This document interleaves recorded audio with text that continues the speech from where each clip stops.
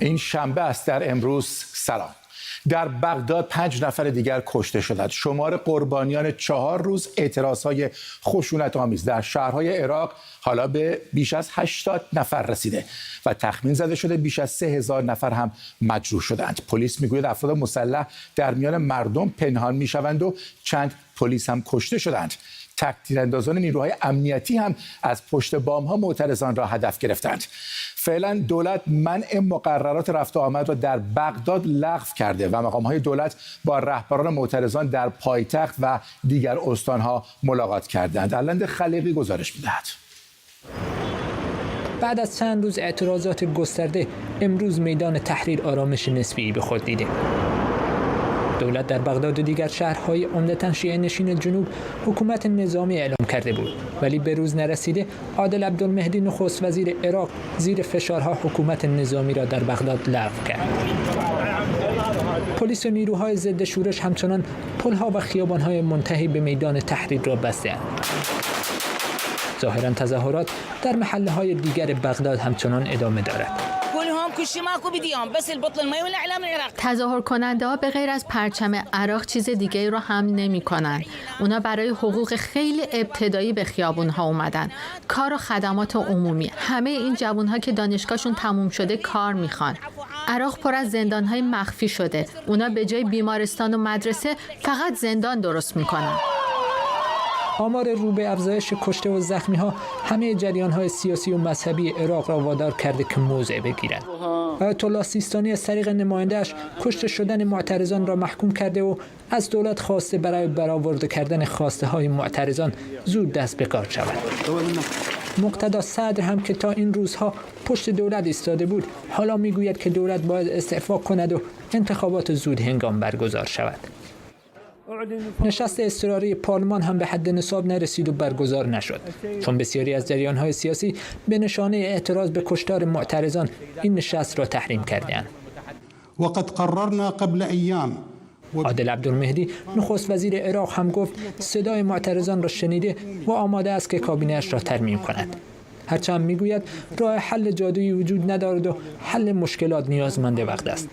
البته معترضان از همین الان هشدار داده اند. اگه دولت به خواسته‌های معترضا عمل کنه این نشانه خوبیه. اگه نه اونا با اعتراضای بزرگتری از اون چه تو این چند روز دیدن روبرو خواهند شد. اعتراضات به نظر وضعیت دولت عبدالمهدی را لرزان کرده، به خصوص که او حمایت بعضی از گروه‌های حامیش را از دست داده. زورآزمایی نیروهای خارجی هم بر وخامت اوضاع افزوده. ایران میگوید به توانایی دولت و نیروهای سیاسی و مذهبی عراق در کنترل این اعتراضات ایمان دارد. آمریکا هم بدش نمی آید که از این موقعیت برای کاهش نفوذ ایران در عراق و تقویت نیروهای تحت حمایتش استفاده کند. حالا چه دولت استعفا کند و چه کابینه ترمیم شود، خواسته های معترضان ممکن است دوباره در بین کشمکش نیروها بر سر قدرت گم شود. علند خلیقی، ایران اینترنشنال. از هشام هاشمی تحلیلگر سیاسی مقیم بغداد خواستیم بیشتر از وضعیت اونجا برامون بگه.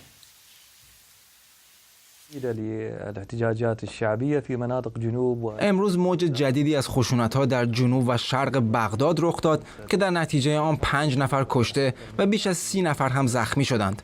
مراجع، نخست وزیر، رئیس مجلس و برخی چهره‌های مهم سیاسی مانند مقتدا صدر دعوت به آرامش کردند، ولی جوانان خشمگین به این دعوت‌ها اهمیتی ندادند و ظاهراً قصد دارند تا زمان تحقق خواسته‌هاشان به اعتراض ادامه دهند. امروز محمد حلبوسی رئیس مجلس با برخی نمایندگان معترضان دیدار کرد، ولی این دیدارها فایده‌ای نداشت. معترضان خواستار برکناری دولت و تغییر نظام هستند. رئیس مجلس هم میگوید قدرت تحقق چنین اهدافی را ندارد و این خواسته ها به دستگاه اجرایی مربوط است، نه قوه مقننه. بیانیه‌های زیادی هم در مناطقی پخش شده که اعتراضها شدیدتر است، مثل بغداد و بابل و ناصریه. در این بیانیه‌ها تاکید شده که جوانان معترض هیچ نماینده‌ای برای دیدار با محمد حلبوسی رئیس مجلس تعیین نکردند و قصد دارند به اعتراض خود تا سقوط دولت ادامه بدهند. دولت و نیروهای امنیتی هدفشان مهار اعتراض هاست، ولی تاکنون روش تعامل با اعتراض ها را پیدا نکردند. دیدیم که امروز هم 5 نفر کشته شدند. احزاب و گروه‌های جدیدی ممکن است به زودی به اعتراضها بپیوندند که این موضوع باعث می‌شود در پارلمان به جریانی تبدیل شوند که بتوانند در نهایت برخی تصمیمات و مصوبات را تغییر دهند. هشام هاشمی بود در بغداد. کامران متین استاد روابط بین‌الملل در دانشگاه ساسکس بریتانیا از برایتون با ماست و علی کریمی نویسنده و تحلیلگر مسائل منطقه از سلیمانیه در عراق. آقای متین، زیاد خیلی خبرها ضد و نقیض هست، بستگی داره با کی آدم صحبت میکنه که این تظاهرات مشخصاً کیا هستند و چگونه شکل گرفته. ارزیابی شما چه هست؟ خب تمامی گزارش‌هایی که من دیدم حاکی از این است که این تظاهرات برخلاف تظاهرات‌هایی که در گذشته علیه وضعیت معیشتی و اقتصادی رخ داده و اغلب به درخواست آقای صدر و نیروهای نزدیک به اون صورت می‌گرفته، این بار کاملا خودجوش بوده و هسته اصلی این تظاهرات اکثرا جوانان بیکاری هستند که به وضعیت اشتغال و نبود سرویس‌های بهداشتی و اولیه مثل برق و آب و در این حال به فساد و ناکارآمدی دولت معترض هستند و اتفاقا همین خودجوش بودن و فقدان رهبری هست که در واقع به نوعی مقابله با این تظاهرات رو برای نیروهای امنیتی و دولت عراق هم بسیار مشکل‌تر کرده. به همین دلیل هم متوسل شدن به قطع اینترنت و کلیه به اصطلاح امکانات ارتباطی که تحت کنترل دولت هست تا از امکان سازماندهی این تظاهرات خودجوش جلوگیری بکنن، ولی ظاهراً چندان جوابی نداده این حربه از سوی دولت. آقای کریمی، شما اونجا در عراق هستید، چرا اینقدر تعداد کشته‌ها بالا بوده؟ ببینید، یکی از کلتورهای قدیم عراق و عراقی‌ها که حالا حدود 100 سال از تشکیل دولت ملی عراق بعد از جنگ جهانی اول می‌گذرد، این حقیقت ثابت شده که عراق هرگز به یک دولت موحد مرکزی مثل دولت‌های دیگر جهان تبدیل نشد. همیشه کودتاها بعد از کودتاها، انقلابات، همیشه در عراق بخشی بوده از زندگی این مردم. دیکتاتورها بعد از دیکتاتورها، بعد از آزادی عراق به توسط نیروهای متحد و سرپرستی امریکا در سال 2003، حقیقت اینه که عراقی‌ها در یک موقعیتی اومدن که با سرپرستی امریکا که انواع گروه‌های تندرو اسلامی، القاعده، النصر، نمیدونم فلوجه، همه این حوادث که در 16 سال اخیر افتاده مردم واقعا هراسان کرده. بعد از آخرین انتخابات که در 2 سال قبل انتخاب به وقوع پیوست و 1 سال چندین ماه طول کشید تا دولت تشکیل شد و اختلاف گروه‌های شیعی و سنی و از یک طرف اختلافات با کردها و تمام بحران‌های اقتصادی که گریبانگیر دولت بغداد شد، در نهایت یه دولت ضعیف به رهبری آقای عادل عبدالمهدی که زیاد مطلوب ایران نبود و خودتون میدونید که تسلط ایران و هژمونی ایران در این سالهای گذشته بر بغداد و دولت عراق و مرجع شیعه زال بوده است، اینه که یه دولت بسیار ضعیف درست شد. هرچند کردها تا حالا از این دولت پشتیبانی کردند. حقیقت اینه که فساد اداری، نمیدونم راندخواری ها، نمیدونم تمام فسادهای اخلاقی و بی‌عدالتی ها، دزدی ها، نفت‌فروشی ها مردم رو هراسان کرده. مردم واقعا فقیرن. مردم واقعا با این همه ثروت کلان دولت عراق و خاک عراق، ولی مردم در بیچارگی و فقر زندگی میکنن. بله، آقای متین، وقتی گزارش‌ها رو نگاه میکنید تقریبا عمده این تظاهرات در بغداد در مناطق شیعه نشین هست و همچنین در جنوب که عمدتاً شیعه نشین هست، ولی در مناطق سنی نشین چندان تظاهراتی نمی‌بینیم. آیا این به چه شکل چرا فقط ما داریم در مناطق عمدتاً شیعه نشین این تظاهرات می‌بینیم اگر فقر و محرومیت و نبود خدمات در همه جای عراق هست؟ بله، به نظر من 2 نکته اینجا خیلی مهم است. که اینکه اتفاقا اولین اعتراضات به فساد و وضعیت معیشتی و نبود سرویس‌های اولیه زندگی اتفاقا در مناطق سنی نشین در چند ماه قبل از تسخیر موصل از سوی داعش رخ داد. اون تظاهرات از سوی دولت اون زمان که آقای مالکی در قدرت بودن با خشونت باش رفتار شد و بعد از کشتار معترضین بود که اتفاقا سنیان عرب سنی در واقع روی خوش به داعش نشون دادن و منجر به پیروزی‌های خیلی سریع و سیر در واقع داعش شد. اینکه این اعتراضات الان در مناطق بیشتر شیعه‌نشین متمرکز است، به نظر من دلیلش این است که جنگ با داعش باعث شده که در مناطق عرب سنی عراق کلاً وضعیتی کاملا جنگی کماکان حکم فرما باشه و شدت ویرانی و در واقع مشکلات و خسارات و هزینه‌های انسانی که در اون مناطق به خاطر جنگ با داعش رخ داده اصولاً مردم رو در حالتی قرار داده که امکان اعتراض یا تشکل سیاسی براشون خیلی خیلی محدود هست. کردستان عراق که تقریبا حسابش کمی جدا است از بقیه، چون اونا بالاخره یک حکومت محلی خودمختار هست که در این ماه‌های بعد از انتخابات محلی در اونجا ظاهرا یک سری تمهیدات صورت گرفته که وضعیت رو کمی بهتر بکنه. ولی در مناطق شیعه‌نشین به دلیل اینکه جنگ با داعش تموم شده، در واقع اون توجیهی که قبلا دولت ارائه می‌کرد یا میتونست ارائه بکنه که ما تمامی هم غممون در رابطه با به اصطلاح شکست داعش است و اینا، خب دیگه محلی از اعراب نداره. مردم خیلی قانع نمیشن به دلیل اینکه خب این جنگ تموم شده و در این حال به نظر میرسه که برکناری یکی از فرماندهان عمده جنگ علیه داعش که در آزادسازی موصل نقش عمده ایفا کرد از سوی دولت برای بسیار از معترضین به منزله دخالت ایران در ساختار سیاسی نظامی عراق تعبیر شده و از این لحاظ مسائل معیشتی و اقتصادی ترکیب شده با یک احساس به اصطلاح عدم استقلال سیاسی دولت و نفوذ بیش از حد ایران در تصمیمات مهم در واقع دولتی و سیاسی در عراق. آقای کریمی شما به نظر میاد که موافقید؟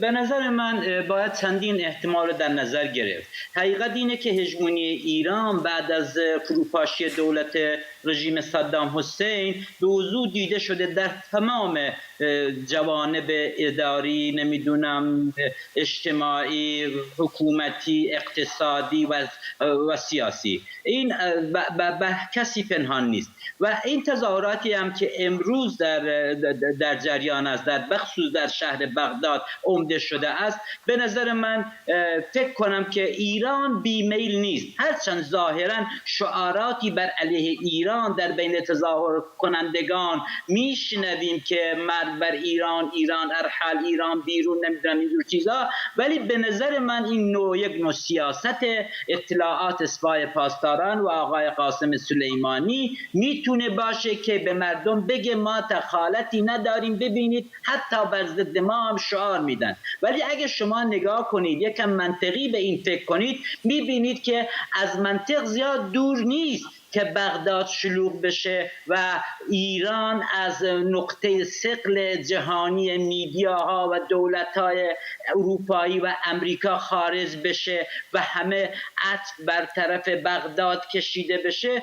فکر کنم ایران بیمیل نباشه که این ثقل از ایران کمتر بشه. برای من خیلی عادیه که در این همه توطئه‌هایی که در خاورمیانه به خصوص در دنیای سیاست میبینم، این هم یکی از این توطئه‌هایی باشه که ایران خودش اینو به راه بیندازه که یکم فشار از روی ایران کم شه. خب در راستای صحبت آقای کریمی، آقای متین، اگر ایران چنین تمایلی داشته باشه، اولا که میشه گفت که خب ایران به هر جهت میخواد عراق یه عراق ساکتی باشه، یه ثباتی داشته باشه و دولت مرکزی هم همیشه شنیدیم که ایران دوست داره چندان دولت قوی نباشه که ایران بتونه نفوذ کنه، که به نظر میاد دولت آقای عبدالمهدی هم اینطوری بوده. و در این حال الان زمان مراسم اربعینه و مراسم اربعین یکی از مراسمیه که ایران همیشه میخواد در عراق قدرت نمایی نشون بده و این تظاهرات باعث میشه که اربعین امسال کوچکتر از سالهای دیگه بشه. یعنی